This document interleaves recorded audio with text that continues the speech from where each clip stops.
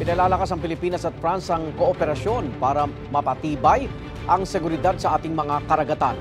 Gagamitin na sa bansa ang isang information exchange program na isang high-tech na paraan para ma-monitor ang pagpasok ng mga barko sa exclusive economic zone ng Pilipinas. May unang balita si JP Soriano.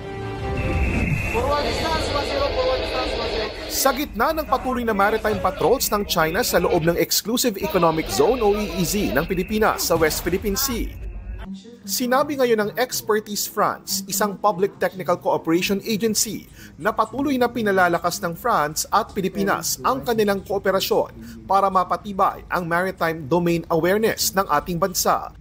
Partikular sa paggamit ng isang software na kung tawagin ay EORES, isa itong information exchange program na nagbibigay ng real-time at high-tech na pagbabahagi ng mga impormasyon para mamonitor ang pagpasok ng mga barko sa EEZ ng Pilipinas. Ang programa ay pinopondohan ng European Union kasama ang France para isulong ang pagpapalakas ng maritime security ng mga kaalyadong bansa gaya ng Pilipinas at matugunan ang problema sa illegal, unreported, and unregulated o IUU fishing at pagsira sa yamang dagat. We are making several significant progress in terms of coordination, in terms of implementation of common tools to monitor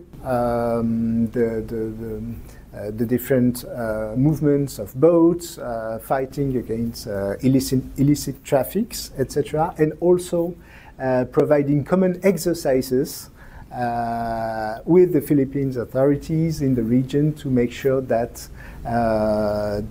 all the countries are fully prepared when there are any necessity to intervene in that regard.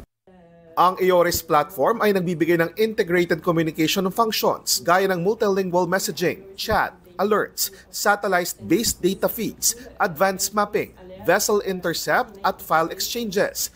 Kinokonekta rin nito ang iba't ibang ahensya ng gobyerno ng Pilipinas gaya ng Philippine Coast Guard, Philippine Navy at Bureau of Fisheries and Aquatic Resources, mga tagapagbantay ng karagatan ng Pilipinas. Mas mabilis ding makakatimbre ang mga kaalyadong bansa sa mga barko ng Pilipinas kung halimbawa ay may papasok at iligal na nagpapatrolya sa EEZ ng Pilipinas. Bukod sa maritime security, muli ring iginiit ng France ang patuloy at mas lumalakas na ugnayan nila sa Pilipinas. Dito sa makasaysayang Quai d'Orsay, ang tahanan ng Ministry for Europe and Foreign Affairs, naimbitahan ng GMA Integrated News para sa isang pulong kaugnay sa kooperasyon ng France sa Indo-Pacific region, kabilang na ang Pilipinas. The relation between France and the Philippines is strong and long. It has been 75 years now that the diplomatic relations are open, and they are strong in fields that are important for both of our countries. I think of blue economy, I think of disaster resilience, I think of transport. These are themes and subjects that will help us to deepen these relations in the future.